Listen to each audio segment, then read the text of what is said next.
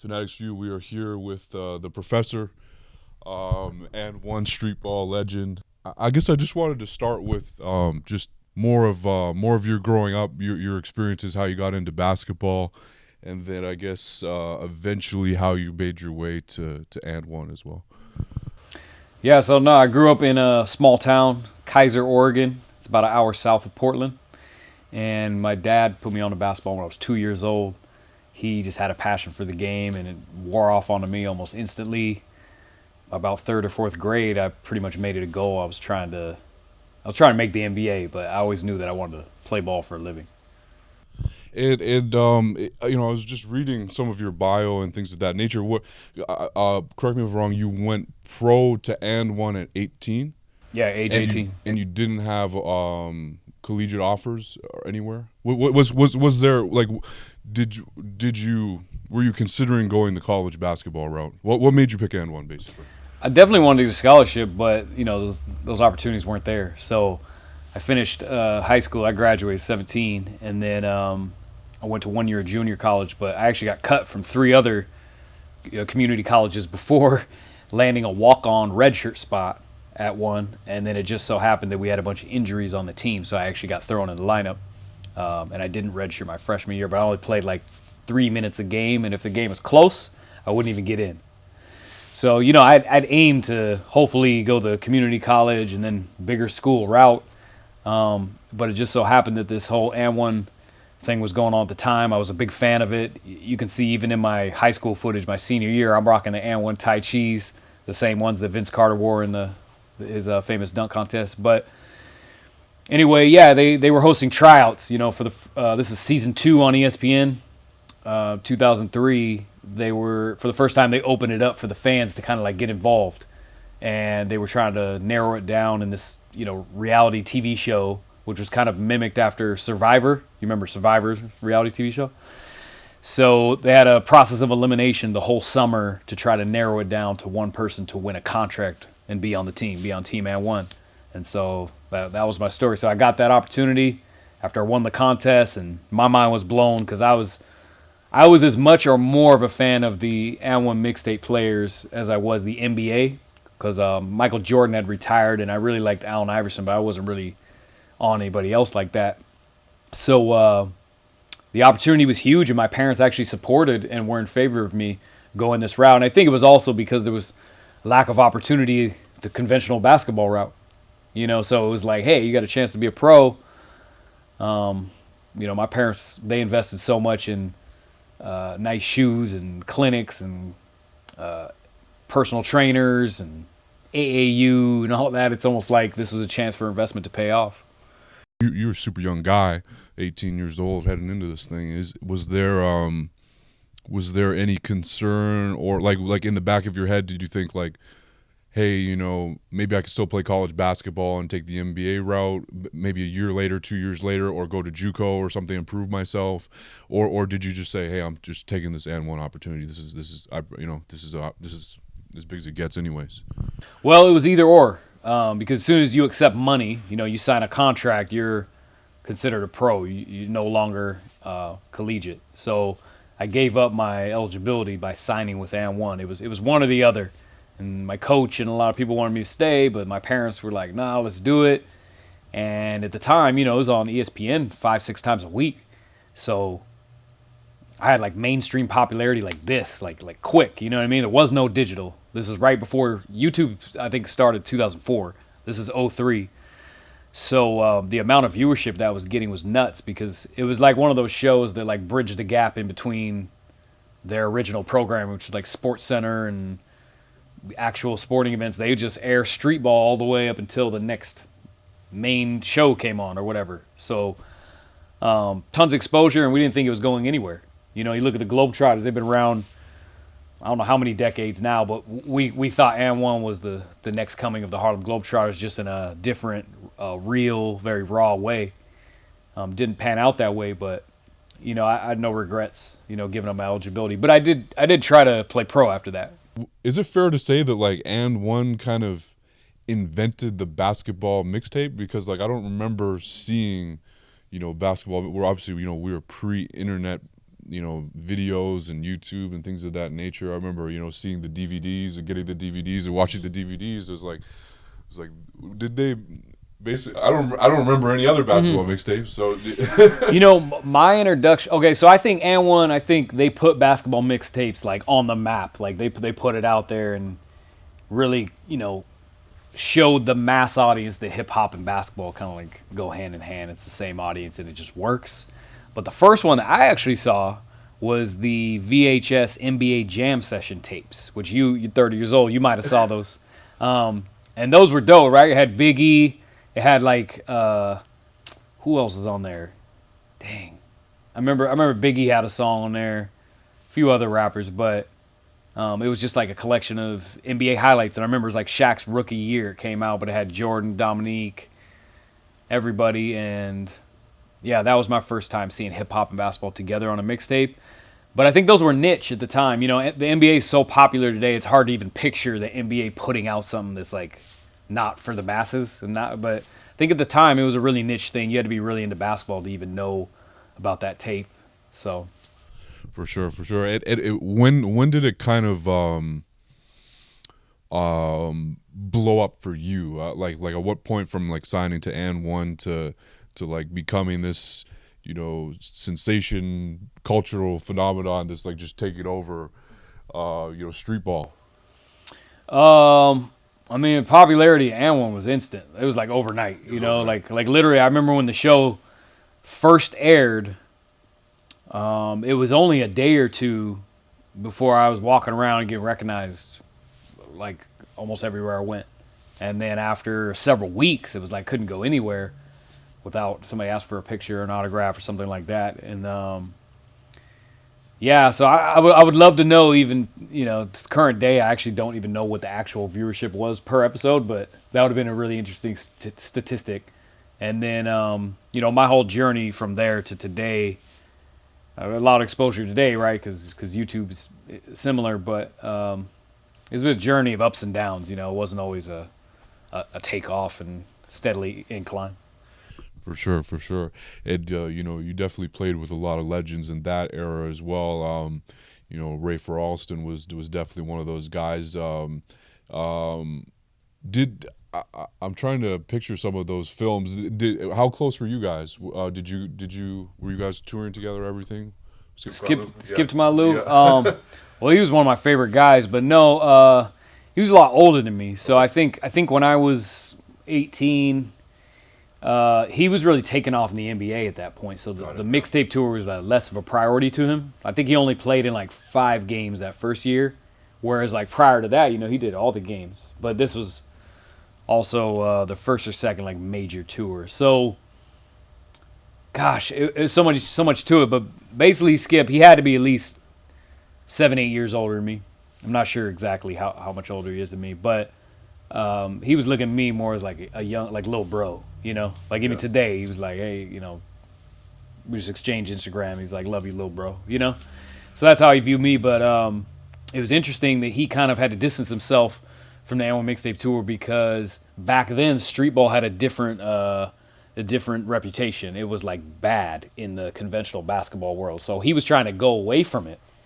You know what I mean? Whereas it's interesting now because it has a different persona. Like a lot of NBA guys come up to me and be like, man, I love your stuff. I got friends who are assistant coaches in the NBA and they have high esteem for the skill that goes into it. Whereas back then they're like, oh, it's a circus, It just depends. Very interesting point as well. Yeah, do you think, I guess, what has helped that? Is just the Drew League and things like that? It just transitioned NBA players respecting it, I guess? Well, the Drew League really just got popular the last few years. Like the Drew League was always a thing in LA and it always had some of the top players in the world playing there.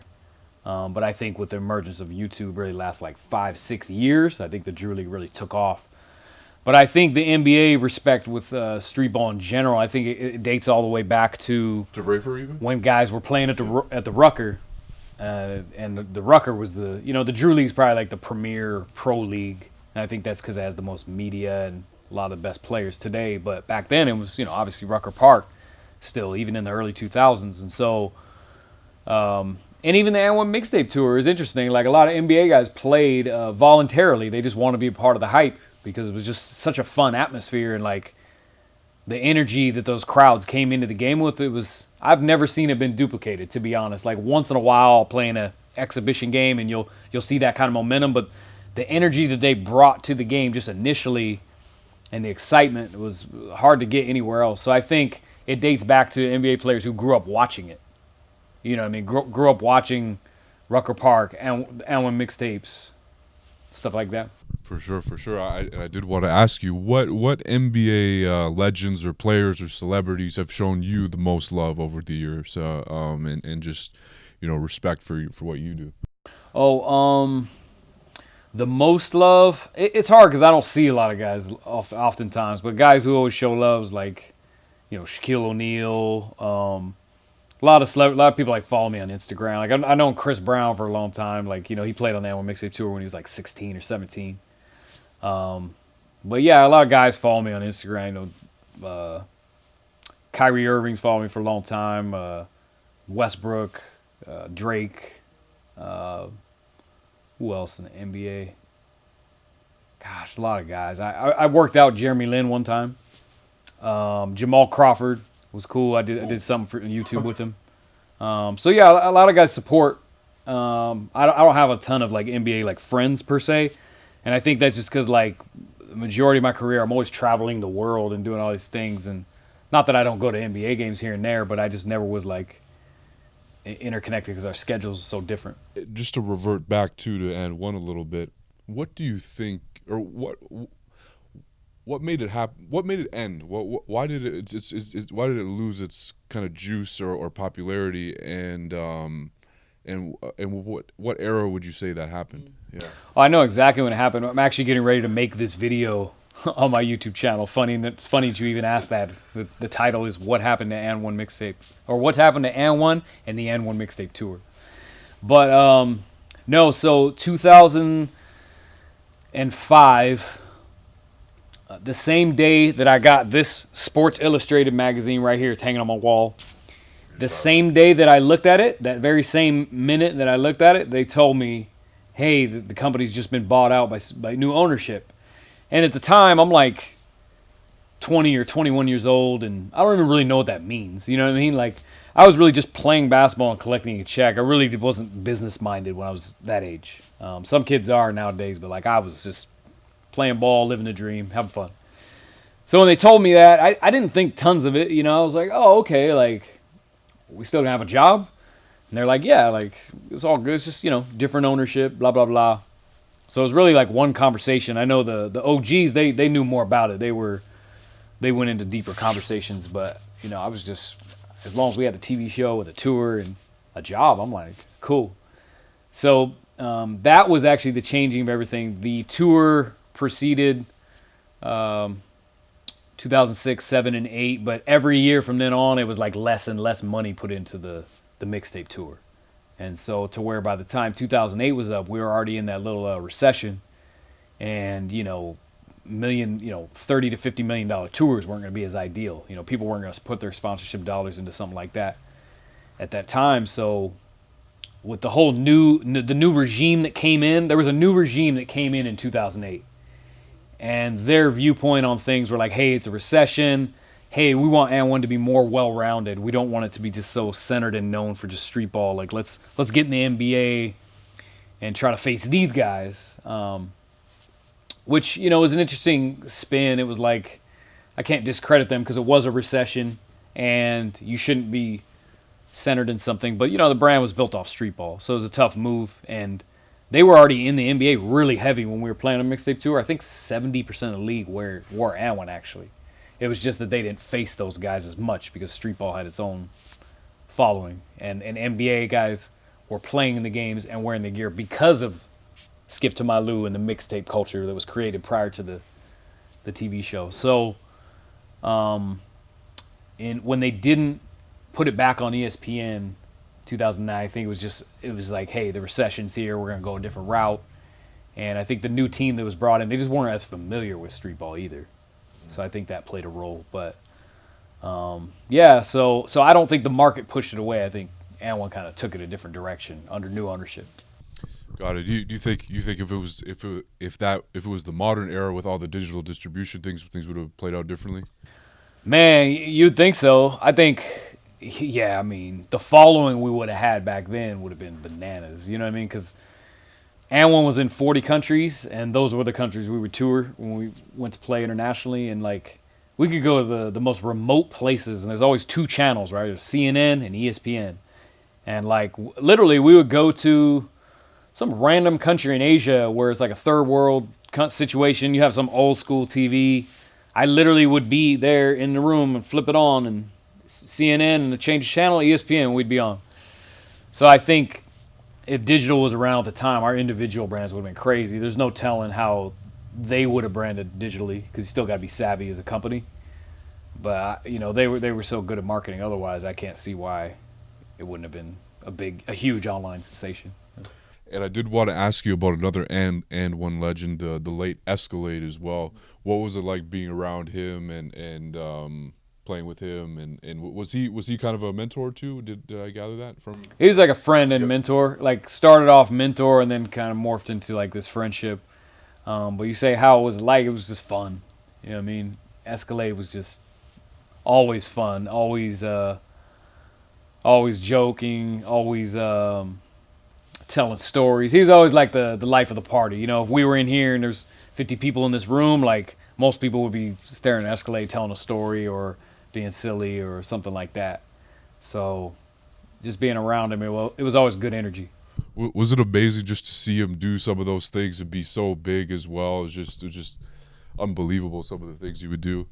Yeah, it was interesting. He always used to joke too, like, you know, Escalade was 6'9". It's funny too because he always said he was like 300 or something, but like I know he was like he had to be between 450 and 550, somewhere in there, right? And he would always joke and say that he saw people that weighed the same as him like not be able to get out of bed. But this dude was like really light on his feet, like out there on the court. The way he used to tell that story, or like it was just super funny. He used to be like, "Yo, B, like I read this dude, he couldn't get out of bed, like I'm going to the gym." You know what I mean? And he just always was clowning. It was super funny. It was crazy as well because he would throw down some thunderous dunks as well. I remember seeing. Did he break any rims or backboards back? Not that I know, not that I know of, but I'm sure at some point he did. But yeah, I mean his talent was amazing. I think what was most amazing, not even just his sheer power, but like the fact that he could actually dribble, and then you know he's Mark Jackson's brother.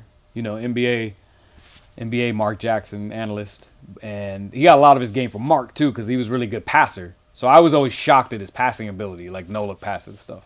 For sure. Yeah, crazy handles, all that. So take me through the transition from so you realize that And1 is sort of fading away. What do you do then? What are you thinking? What are you? Yeah, how do you transition? Well, I was shocked, you know, because 2008, you know, we still did a 10-city tour and sold out all the games. And it was on ESPN. It just didn't rerun quite like it did the other years. Like, when I was on there, you know, 2003, 2007, that thing just nonstop. But 2008, I noticed the season ran, and then it reran once. And I just looked at it like, hey, that's normal, right? But the fact that we didn't get a call to renew our contracts shocked me. And to be honest, I was a little scared. I had no idea what to do. So kind of lived off the money that I'd saved. But I remember even taking my savings out because of the recession and really going broke. You know, I didn't know how I was going to pay my rent at one point. And it just so happened that I kept a box of all my And1 jerseys. And it's crazy because I gave tons away, but I don't know why. I still kept a good portion of them. And I knew that And1 gear and memorabilia from Streetball was still top dollar on the resale. You know, at the time, like if they were on StockX, like resales, like a hot sauce jersey or a professor jersey might have sold for $500 to $1,000. Who knows? So I sold these firsthand on eBay, not being business minded, still being very young. And then pretty much didn't know how I was going to pay my rent. Sold them firsthand on eBay. I don't know how much. I probably made between 15 to 25K in like a few months. I lived off that for a good like 6 to 8 months, and then I started doing one-off exhibition games. And1 was still in all these countries, and they wanted the mixtape tour, but And1 USA didn't sign us contracts. So we started doing one-off games with like, And1 Africa or, And1 Paris or whatever. We would go do these one-off exhibition games, and then there was other games on the side. Like I was playing like Indian reservations. It got really bad. I remember like the And1 international games were still good, because those people, they're not keeping up with the U.S. It's all good. So those people aren't keeping up with the U.S. They're not aware of, the fact that we don't have contracts or the TV show is not really rolling. When digital didn't exist, you were disconnected. You know what I mean? If something was hot in the U.S., it might be hot for 10 more years overseas just because they're not really keeping up with the daily movement of it. So we did game in the States, though. It was bad. I remember I played a game with AO in Springs, and there was literally, I think there was like 3 people in the entire gym, and 2 of them weren't even watching the game. Like one kid was basically watching, and we still played it like there was a full packed house. But it got bad for a minute. It got bad, and then that same year I started my YouTube channel. Started Professor Live, and was hoping to actually just get more bookings, because at the time it was all about the live show. I think Google AdSense, the partnership didn't even exist at the moment. So thankfully I started that up early. Absolutely. And speaking of that, you've had some battles with another street baller named Bone Collector. What's there's a lot of videos of you guys on YouTube. What's it been like playing with him, and just some of your battles? And it seems like you guys kind of rose at the same time from a YouTube point of view, I guess, as well. Yeah.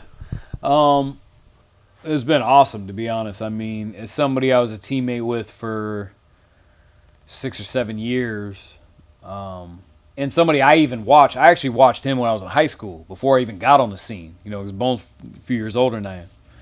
And so I was a fan of his junior, senior in high school. So to finally meet him, I think we met, we crossed paths a couple times. Once in 2003, he tried to like punk me. It's a funny story.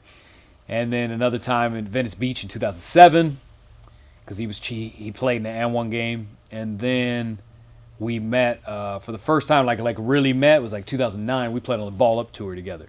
That was like an attempt at the second coming of And1. And we only went against each other like one time in an actual like organized game. The other times we played against each other was always at practice, and then like we had this one-on-one game when we first met each other, and it's just been great. Like, I think it's kind of like the whole iron sharpens iron theory. It works with basketball too. So I learned a lot from him. Just watching him play. Even in recent years, I'll see something Bone does, I'm like, oh, that works. Like, we get stuff from each other. What was the punking thing that you mentioned? What did he try to do?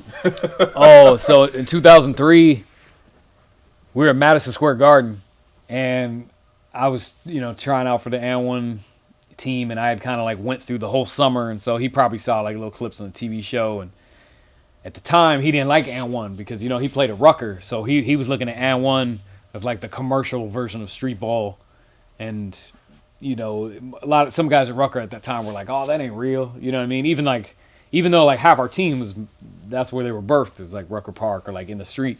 But the fact that it got so big and so commercial, it was kind of like, oh, these guys are whatever. So that was the outlook he had. So when he saw me, he probably thought I was extra commercial, because I'm coming from Oregon. I didn't even play in Rucker Park or I didn't come up in the streets. That's not where I got my clout or name or anything. So he came to the bench like right during the game. He taps me on the shoulder and he's like, "Yo," he's like, "Come up out that jersey." He's like, "I need that jersey." And so I'm like, "You need the jersey?" Like, at the time I didn't even know he's punking me. You know what I mean? So I'm like, "What do you mean?" And he's like, "I need that jersey." It's like, "Run it, like I need it." And I was like, "You gotta ask the coach, man. I don't know anything about that." So that's how I responded. That was my 18-year-old response. You know what I mean? Not really knowing what was going on, because I wasn't as socially aware at the time. But so that was our first encounter. And, you know, I recognized him. I wanted to be respectful, too, even though not knowing he was being disrespectful. So then we crossed paths again, 2007, and he had tried out, he just played in an And1 game. What they did was, in 2007, the format changed a little bit. It was like all the guys that had kind of tried out in every city, they flew to Cali and played a game at Venice Beach versus the Drew League All-Stars. And so from that game, nobody tried out in LA. It was just like they were going to pick one player from the Drew League All-Stars to kind of be in the contest. And he obviously was the MVP of the game, but the word going around was that he didn't want to play because at the time he was kind of like trying to make the NBA. And they wanted this big dude, this dude named Doug Thomas, he was also really good, but didn't shine as much as Bone did. So me and Escalade were talking. We're like, that doesn't make sense. Like, why would he not want to be on and get a contract? So we go talk to him. And so I was like, what's up, Bone? And he's like, hey, what's going on? You know, we haven't spoken for 4 or 5 years. And I was like, you're not trying to get down? Like, you don't, like, what's up? I said, all you got to do is play tomorrow, which is like the finalist game.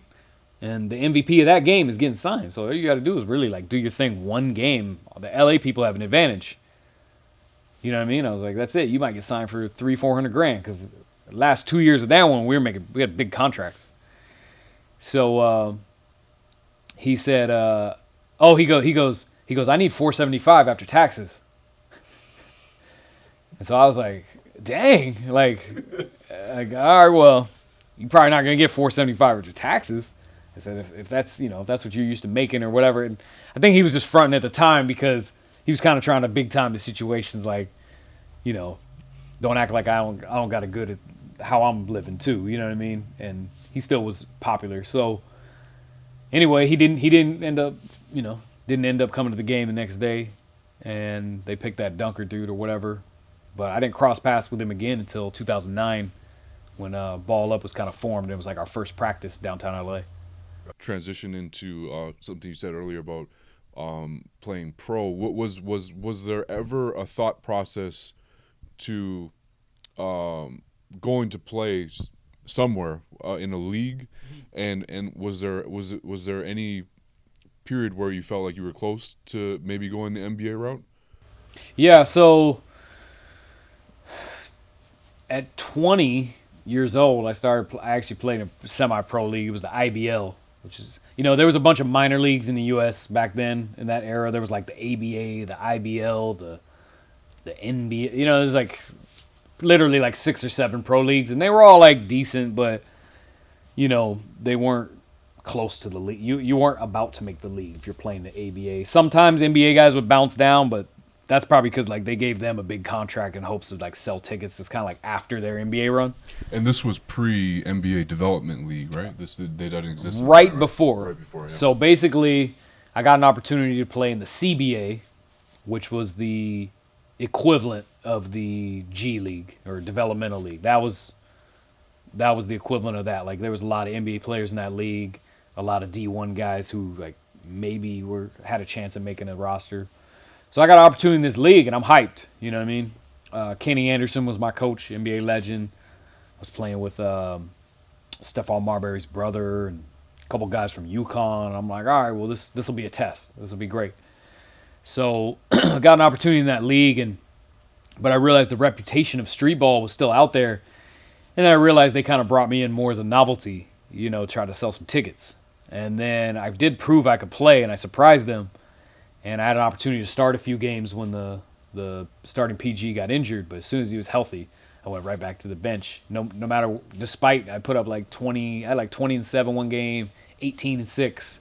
Did really well. We won a few games. And then as soon as he got healthy, I went right back to the bench. And I realized like the politics were just stacked so high against me, you know, flourishing at conventional basketball, that it was going to hard to ever get a real opportunity at the NBA. And so at that time, I kind of came to a crossroad, and I was like, do I want to take a lot of time to try to go overseas and go this grit and grind route and then hopefully make a roster in my mid to late 20s? Or do we just embark on something unique? And it's like this Streetball legacy and kind of like go all in for digital and whatever else is available. And so I chose that route, and no regrets, because there was no telling whether I was ever going to make a roster or even play Division I overseas. That's a high level. So I think the D League ended up putting the CBA out of business like 1 or 2 years after that, and then that was the end of my conventional basketball run. Did it hurt, or did it create a chip on your shoulder that like the conventional basketball world, like it seems like from college all the way up to the development leagues, like they never gave you a chance? Like yeah, like even that IBL team, it was in my hometown. It was in Salem. It was called Salem Stampede. There's like a video on YouTube, some highlights. But I came into there really as like kind of a novelty to sell tickets as well. And that surprised me because I knew a lot of guys on the team. It was my hometown, but the coaching staff didn't really know me, nor did the ownership. But I flourished there. I actually got the starting spot. Average maybe. I probably was putting up like 15-5, maybe 15-6, but one game at 30. You know what I mean? And I got to flourish in front of my hometown, and so that was like great. So I figured out when I was going to CBA, let's put it to the test, step higher, because these guys they're better than my streetball teammates collectively. Not as talented individually, but collectively. And it was just like a little bit more structured, and the league had more respect than my teammates. Some of my teammates were like, streetball. They were like NBA ready. And so I knew that I could go toe-to-toe with a few of those guys in spurts. They were better than me, but so I was excited. It was an opportunity for a challenge, and the fact that I did put in work when I got the opportunity, it didn't put a chip on my shoulder, but it gave me confidence. So going back to streetball, I remember after working out with NBA guys and playing in the CBA for a year, going back to streetball is like the game seemed slow. You know what I mean? Like I was like, wow, I could really like come in and do work here and even flourish more than I had prior in streetball games. Do you feel like if you did get either if the situation changed as far as timing, like maybe the D League was in effect, or maybe there was better opportunities, do you feel if you got a real shot, you potentially could have made it in the conventional or the NBA? It's hard to say if. I always felt like if I got the opportunity to get the playing time, that I would always prove myself eventually. I wasn't to the point where it's like, you give me 10 minutes, I'm going crazy. But I knew over time I could always like get a feel for the game, and I could adjust. I was really good at adjusting, and I was really good at making other players better. That was my thing too. Is like I was actually a shooter, and I tried to make other players better, and my handle slowly progressed throughout my career. But it's hard to say. You know what I mean? That'd be real theoretical. It's almost like the whole, if I was 6'6", I'd be, you know what I mean? But you're not. Yeah. So I don't know. I think I know I got a lot better later. You know what I mean? Like even today, way better than I was when I was in my 20s. Tell me about some of your basketball idols growing up. Who did you love? Who did you study? And have you met any of your idols as well? Well, my first idol was my dad. Yeah. You know what I mean? Like he is the biggest inspiration for me, even liking basketball and learning the game. And then, in the NBA, I was a big fan of Michael Jordan. Growing up in the 80s, 90s, everyone was a Jordan fan unless you lived in like the Midwest and you liked the Pacers or the Pistons. So yeah, Michael Jordan. And then when Allen Iverson came into the league, and even like Jason Williams, when those guys came in, those were the players that I was looking to, because I was like, man, they're relatable. They're short. They play with big heart. They got some flair to their game. So like I remember the Iverson crossover, 6th grade. That was like the first move that I mastered and like really could shake somebody with. So those are a lot of guys I watched initially. I also watched like Rod Strickland, Tim Hardaway, a few other guards that I watch. But I studied the game. I studied all those guys' game. You know what I mean? And a lot of the smaller guys I could relate to more. For sure. And you've embarrassed a lot of people on the court. Has there ever been like an above the rim kind of situation where someone just like wants to come after you or fight you or something after you embarrassed them? Yeah, well, on YouTube, one of my bigger videos is a game in China where the crowd, they were the home team. It's a CBA game. It's like their top league in the China league.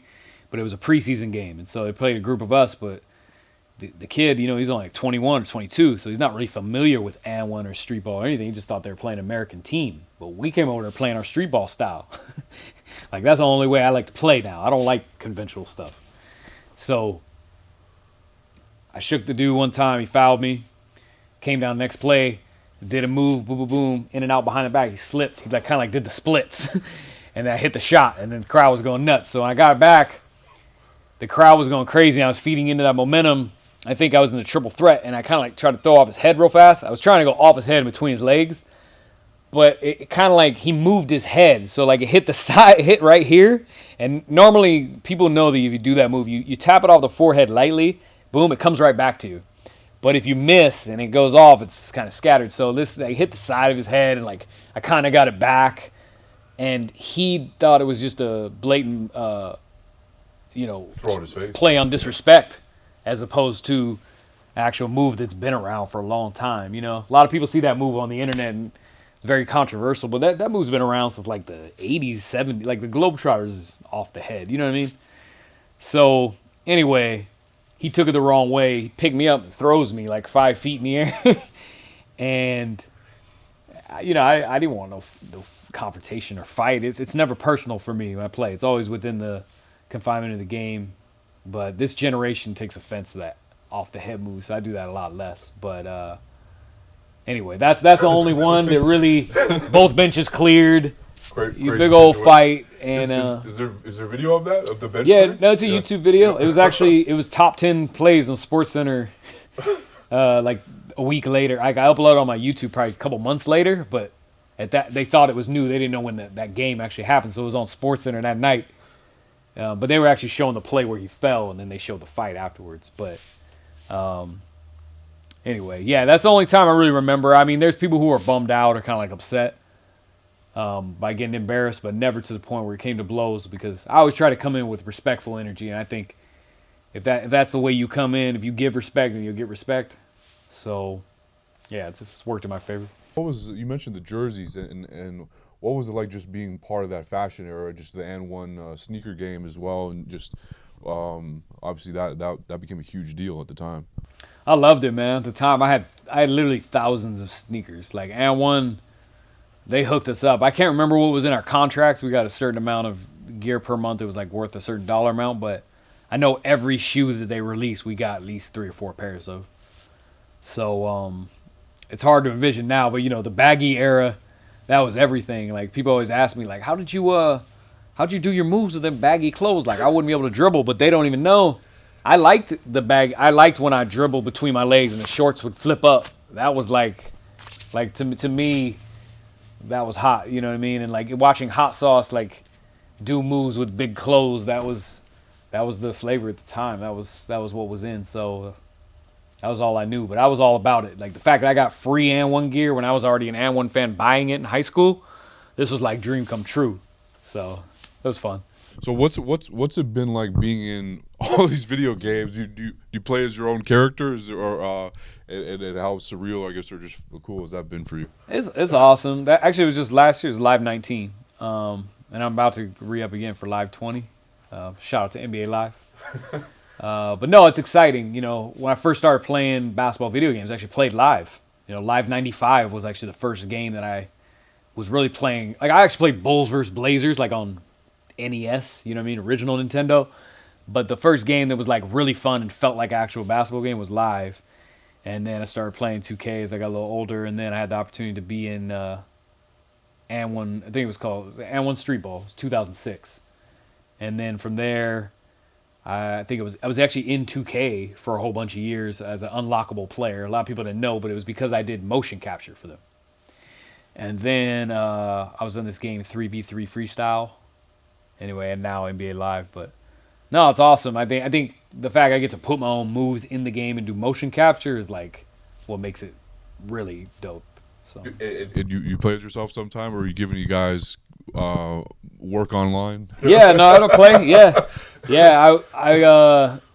I wasn't as good just because I wasn't playing it before that. But anyway, I definitely plan for 2020 to stream some stuff, you know. The Spider-Man basketball series as well, because I believe that's your most viewed video. Is that correct?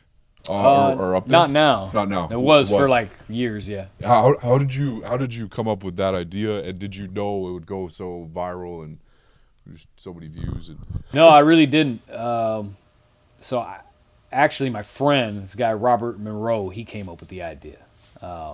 He's really like a marketing genius, but he was up on like comic culture, you know, Comic-Con, and he went to these conventions at Kamikaze, and he knew that whole superhero world like inside out because he actually read comic books. So I didn't know much about it. I would always just see like Batman and Spiderman what came out in the theaters. That's about it. But I didn't know like this comic culture was so big, especially online. You were really seeing it for the first time, you know, 2010, 11, 12. You could really start to see people making skits and cosplaying and this whole thing. So when we were looking at the top videos from 2012, well, we were trying to figure out a way that, you know, we could tap into that. How can we do a video that gets millions of views as opposed to like, I think my biggest video at the time was 500,000. And so he came up with the idea of kind of combining three things. Let's combine prank, combine it with cosplay, and basketball. And so we picked Spider-Man because it covered every part of the body. But it just so happened that I looked exactly like that character. For some reason, my body type is just perfectly Spider-Man. So I bought this suit online from like the UK. It was the only medium that I could find because most costumes you buy are real spoofy and baggy, right? They don't look like the movie. Found this costume for like $400 in the UK. I ordered it. Fit me like a glove. Just so happened fit, but there was a few challenges. I couldn't breathe, couldn't really see, and then the hands were super slippery. But regardless, we were like, let's just give it a shot. So we went out there, and he kind of like hid on the court. He just acted like he was out there shooting around, and then when I went out there, he broke out the camera like secretly, like prank style. But anyway, I played for like 20 minutes. We thought it would be a funny video. Like, he thought it was going to go viral. To me, honestly, I just wanted more content. I was like, oh, it'll be funny. Like, we'll see. Yeah, so the crazy part was, you know, a few challenges. Like, I literally could only see 40%.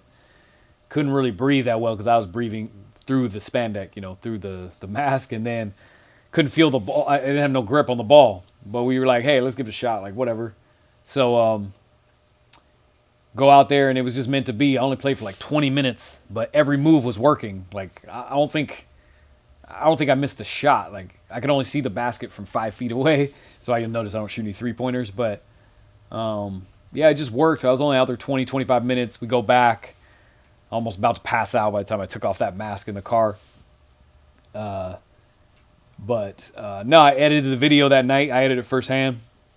Uploaded it, left it uploaded all night because I didn't even know how to compress a video at that time. It took like 5 or 6 hours. So I went to LAX, had a event in Chicago I had to go to the next day. And it was still uploaded in the morning before I left. So I was like, whatever, I'll leave it on all weekend. I'll turn it off when I come back. By the time I got to LAX, it already had like 300,000 views. And then by the time I got to Chicago, it already had like 2 or 3 million views. And by the end of that week, it was like 7 million. And current day has like 40. But it literally turned my YouTube channel from, you know, just something where I was trying to aim for exposure to a business, like literally overnight. Crazy. Yeah, I think I went from, I had like 50K subs, and I went to 450 in 1 week. And now you're at what, 3 million? Is it 4 million? 4 million. 4 million. Yeah. What has it been like just becoming a YouTube sensation as well? Did you ever think this was possible? Like looking back on it? No. I didn't think if you were not in the NBA, I didn't know if you could really amass a following like that unless there was an And1 or like a big movement, you know, pushing the whole thing. You know, but I didn't realize like YouTube, that is its own.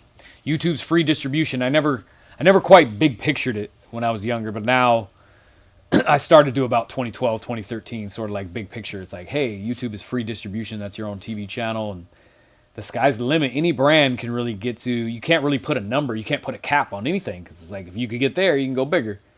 And so, no, it's really been great, man. It's been a blessing. I feel like, you know, I feel really. I'm grateful just to play basketball for a living still and like get to be creative and do fun stuff and then like help other people, you know, whether it's like my friends or fans or, you know, being of inspiration of any type of way. So I'm grateful. What are your thoughts on just where we are here in LA? Because this is this crazy time right now where the Clippers legitimately are a title contender, hands down. And you got the Lakers in the same situation. We could be looking at a Western Conference LA Finals. Could be extremely crazy. What are your thoughts on the Clippers and also the Lakers here, just the past off season? I think it's just fun, man. I think the fact that Durant left the Warriors and like it's kind of the league's a little more spread out. It's like duos all over the place. I think it's just great for the league, and to be in LA at this time where like you said, the Clippers and the Lakers are potential title contenders is awesome. Like I can't wait to go to some Laker games, go to some Clipper games, and really just see how it pans out. But yeah, I think the NBA couldn't really be at a better place. I mean, you look at how many stars there are on the league and how it's like really spread out right now. And then you've got Zion Williamson coming in, playing with some other exciting young talent in New Orleans, and it should be a great season. Were you surprised that the Kawhi chose the Clippers? Because it seemed like a while there was Lakers or staying with the Raptors. And what did you think of that move and just getting PG and all that too? Super surprised. I mean, I was surprised initially. I guess it's just the way the league's going. People don't stay places long term, and I think Kawhi's situation was just further proof of that, right? Like, you think if you win a title, you just stay there. But people are like, no, like I want to live my everyday life where I enjoy it, and being that I have the ability to do that, I'll make those moves. So, the fact that he just like wanted to be like when he was talking about coming to Lakers, to me it didn't make any sense because it's like you were already a beast and you're creating this legacy. If you go to the Lakers, you're really just going up under LeBron's wing. Even though LeBron's an unselfish player, he's gonna let people flourish. That didn't make any sense. It's like you claim the title, you got the MVP, and now you go side with somebody who's greater than you. It didn't make sense. So the fact that he did choose the Clippers in the long run is still surprising because you heard the Lakers for so long, but it seemed more fitting. You know what I mean? If you wanted to be in LA. Yeah, I completely agree. I thought those Laker reports were outblown by the media and so forth. Just Kawhi's been the LeBron killer as well with the Spurs and the Raptors, right? So right, and he even gave LeBron a little bit of fits. When the Spurs did beat the Cavs in the championship, or was it first Miami? Yes, but yeah. So those whole Laker reports that was confusing and surprising. But yeah, it's interesting though. Like I don't think we've ever been I don't think the NBA's ever seen a guy win a championship and get the MVP and then leave by choice. Right. So that was interesting. And you mentioned Zion as well. What do you think of him? Do you feel that his game can transition to the league? I mean, you mentioned earlier Kenny Smith interview. He mentioned how this is basically a new niche, and he has to figure that out into the NBA as well. You think he can do that? I think anything's possible. I think it's like how hard he wants to work. Because in today's league, if you're just a slasher, we know he's gonna dunk on the break and catch lobs and be able to be a slasher and get shots in the paint. But I think he's 6'5", if I'm not mistaken. Is he 6'5" or 6'6"? That's a good question. So he's 2-guard height. He's really like a 3-4, but he's 2-guard height. So if you're playing a 2, you're gonna have to, your triple threat game and your handle is gonna have to flourish over time. And I think he can do it. I do. I don't know first year what that looks like. Because there's a chance he could come in as a slasher and still just make a huge impact. And then they'll be like, all right, well, his shot's okay, but I guess that works. But I think you steadily have to prove over time. I think like Blake Griffin's evidence of that, right? Like he came in as a slasher, amazing athletic talent, a lot of dunks, but slowly got a little bit better jump shot, a little bit better off the dribble, and triple threat like over the years. So I think that has to happen to be the superstar that everybody wants him to be. I think there's unfair expectations attached to him right now, right? They're already comparing him with LeBron James. It's too much. LeBron's 6'9". That was my other thing. It's like LeBron's 6'9". He's not even the same player. You know, he's like 3 inches taller, maybe 4 inches taller than Zion. So like the fact they're even making that comparison is like, why? Because they're both kind of big and they both can dunk. To me, they don't have a lot of similarities in my opinion. What are your thoughts as well on Lonzo Ball's transition here, and also I know you've been watching LaMelo. So what are your thoughts on LaMelo playing over there in Australia and just kind of his trajectory right now? And also did as a follow up as well to both of that. Did you ever play? Have you played with the Balls? Is that or just pick up or anything? Or No, I never played with the Ball family, but I actually met them when I think Lonzo was either a freshman or an 8th grader, and they were all in like middle school. And I met LeVar, but it was at this like TV show. They were shooting a pilot for a TV show, and it was some sort of like a game show where I was a judge, and like these families came in and or these AAU team came in and like auditioned. They had like this shooting contest or whatever they were going through. So I met them at that, and didn't really see him ever since until like YouTube stuff started popping up in Ball's life, and I was like, oh, I remember this family. Like these dudes are beasts right here. Like because when I saw them when they were in middle school, it was like I wouldn't have guessed that they would have been as good as they are today because you never really can foresee that. But you definitely knew like, dang, that family's like talented. And the dad, to me, I thought LeVar was like he's super cool. Like he was really encouraging that day, and you know, obviously like really believed in his kids. But I think for the current day, I think Lonzo. New birth, you know, in New Orleans is probably a good thing for him. Get away from hometown. Looks like he's put some space between himself and his pops, which may work in his favor. You know, like I felt like it was like weird because I felt like LeVar put a bunch of pressure on Lonzo, but without LeVar hyping him, I don't think he would have went number 2 in the NBA draft. I think his hype raised Lonzo's stock, but then at a certain point it put too much pressure. Or it made it difficult, right? Because I don't remember a rookie more hyped than Lonzo ever. Not even Zion. It's weird. Like, people forgot. They were saying Zion was one of the most hyped since LeBron or something. I was like, dude, Lonzo was more hyped than Zion. For sure. And more hyped than LeBron, in my opinion. Just because different era, right? This digital era. And the fact that they got so much mainstream attention, even outside of digital, with him coming in. And the Vegas Summer League was all of a sudden like sold out and packed to watch him play. Like that was crazy, and that was a lot to live up to. Because at the end of the day, like you're talking about a point guard strong league. I mean, you can name 10 guys who you could potentially say is the best point guard in the NBA, and you wouldn't be crazy.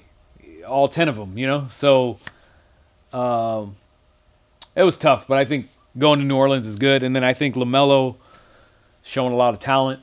You know, I think there's obviously a lot of tightening up he's going to need to do to be able to compete in the NBA and be, you know, and be a good starter. It's just so hard at the point guard position if you're not scoring 30 a game. It's just tough.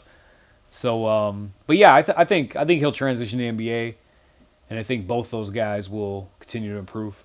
For sure. And as well, what have you seen from Luka here? He's kind of taken over the NBA with this rookie season, Rookie of the Year, as well. Trae Young in the mix as well there.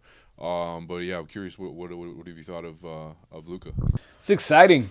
I feel like that guy just has amazing footwork and an amazing fundamental base for the game. And it's weird that it even transitions into today. Because you look at today's game is a little bit different. You know what I mean? You look at it as like more new school, and the traditional like having fundamentals for the game was, for some reason, it's thrown into like an old school category, even though you really, really need that. But he looks to be like so skilled and such good footwork that it just works. And nice shot, and he's clutch, and I don't know. It looks like a bright future for him. I didn't get to see him play like full games a lot. Most of my stuff I saw was like House of Highlights. I think I saw like one game. But yeah, Luka, he looks tough. For sure. And then, Trae Young, he looks really tough too. You know, he surprised me actually. He's not a big guy. You know, he's like my height or something like that. And sometimes it's hard in the NBA if you're like my height, but you're not like really wide or like super strong. It's kind of like hard to hold your own. But he kind of proved that his skill level is just so high that he could hang, and it's exciting to watch. And you being in LA, sort of around this, pretty much around the same time as Kobe Bryant's dominance. Did you guys ever have a chance to connect as well? We met.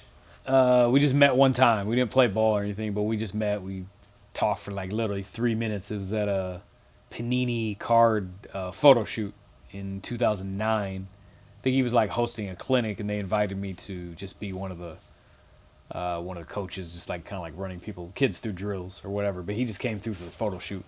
So we chopped it up just for a second, took a photo. That was it. Yeah, I've seen him play. I sat front row. I've seen him play like, five, 6, 7 times. But for sure, yeah, for sure. And you talked about it before, just how the NBA, it looks like they're even in a better place as far as just more parity, more competitive balance this year. Who do you feel should be the favorites, I guess, in the West? And you think the East has a chance? So if Giannis, Milwaukee, they kind of develop, or Toronto obviously took a big blow. The West is just crazy as every year, but this year, I mean, particularly as always, is just crazy. Yeah, no, I think if you get there, everybody has a chance. So yeah, I'd say the East has a chance. Toronto was kind of proof of that. Yeah. You would have favored at the beginning of the season. You weren't even considering them. You definitely would have been favoring the West. Injuries happen, anything happens, but no, I mean, you look at the Western Conference. I think you still have to. You can't write off the Warriors still, so they're gonna be tough. Obviously, both LA teams are tough. Houston's interesting, Harden and Westbrook playing together, but they're so hungry that they're gonna be tough. So yeah, the West, and then you could talk about Denver, you could talk about Utah. Portland had a great run. The West is crazy, and then the East is interesting too, though. Like you said, Toronto took a big hit, but Philly's tough. Boston will be interesting. I'm forgetting teams, but do you think the Nets can be in the mix without if Durant comes back, like maybe by the playoffs? I don't think he will. Yeah, the Achilles thing is pretty serious. You need a whole season off, but then again, I mean, Boogie Cousins came back. He didn't sit out the entire season, but I think he might also learn from that too, though, because it happened again, right? Yeah, he probably was compensating. Maybe wasn't quite ready or something. It's hard to say, but I think that whenever Durant is healthy, I think the Nets will be tough, obviously. I think it's Kyrie and KD seem like always fit in with teams. I think Kyrie, as he gets older, probably learn how to gel well with other guys, I think. But he's such a talent that they're at least going to be a force to be reckoned with. Absolutely. And what else is coming up for you? What can we let the people know in terms of just videos and content and things that you have going on? Well, I'm really just trying to brand expand. I mean, subscribe. You know what I mean? Professor Live, YouTube. Got my clothing line, Global Hooper. Check it out, winter collection. This is coming in like a month. Really excited about that. But yeah, outside of brand expansion, I've been doing acting stuff off and on like my entire career. So I'm continuing to, I want to kind of like get back into that world and try my best to, get into that world more and more as I'm, getting, I don't want to say, like, I feel really good basketball-wise right now, but, just for later in life. And recently started a media company, which I'm really excited about.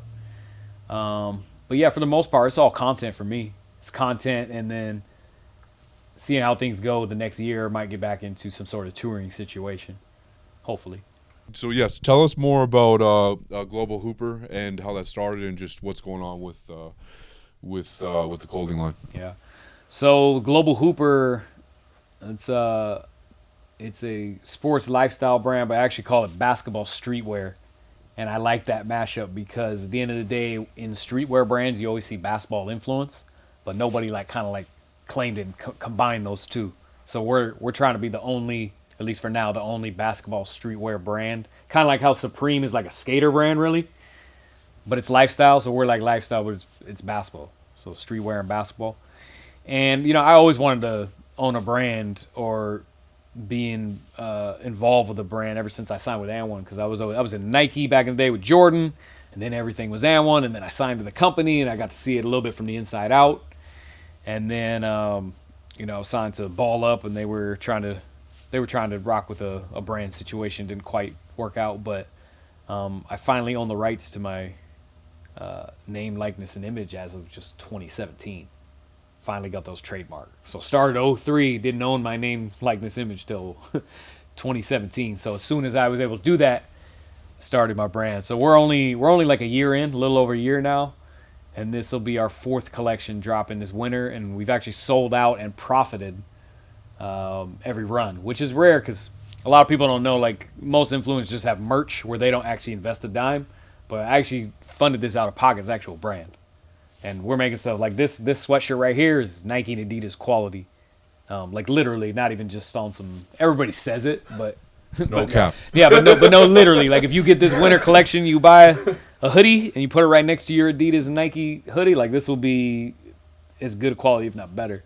So I was excited about that and excited about finding the right manufacturers. And I was just excited about going into this stuff because I knew quite a bit about it, like more so than the average like athlete, just being signed to a bunch of different brands. So I'm really excited about it. And my goal is for the brand to outlive my basketball career, to outlive me and be a brand in the culture that you would see at retail and stuff. I'm actually curious about one of the things you said. So during that period where you didn't own your sorry, how did you phrase that? Name, likeness, and image. Name, likeness, and image. Yeah. Well, are we talking like the professor, or and then like are we talking like? Could you explain that a little bit more? Yeah. So name would be like the moniker, the professor. Obviously, I own my government name, but no, I didn't even own the professor until 2017. The entities that I played for owned it, and it's not like they were trying to, be bad guys or anything. It was just that was the old school format. You know what I mean? It used to be like that with music deals too, and everything. It's like the entity you played for did all your marketing, so they owned your name and all that.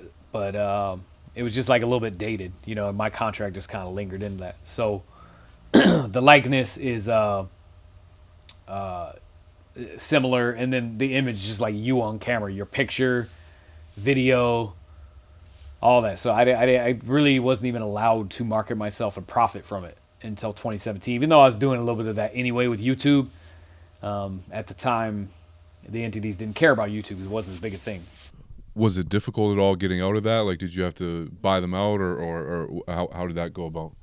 It was a little bit difficult, like negotiating a deal to where I would finally own it. But no, it was all love. Like my contract actually just ran out, and they didn't resign. So therefore, it was understood that the ownership, the ball was in my court with ownership. So I was excited. Cool. And where can people find your clothing? GlobalHooper.com. Yeah, GlobalHooper.com. You check out, follow us on Instagram at GlobalHooper. Cool. Well, Professor, we really appreciate your time. It's been a pleasure to sit with you. Thank you. We'll talk soon. Yeah, no, appreciate it, man. Thanks for the exposure. Thank you.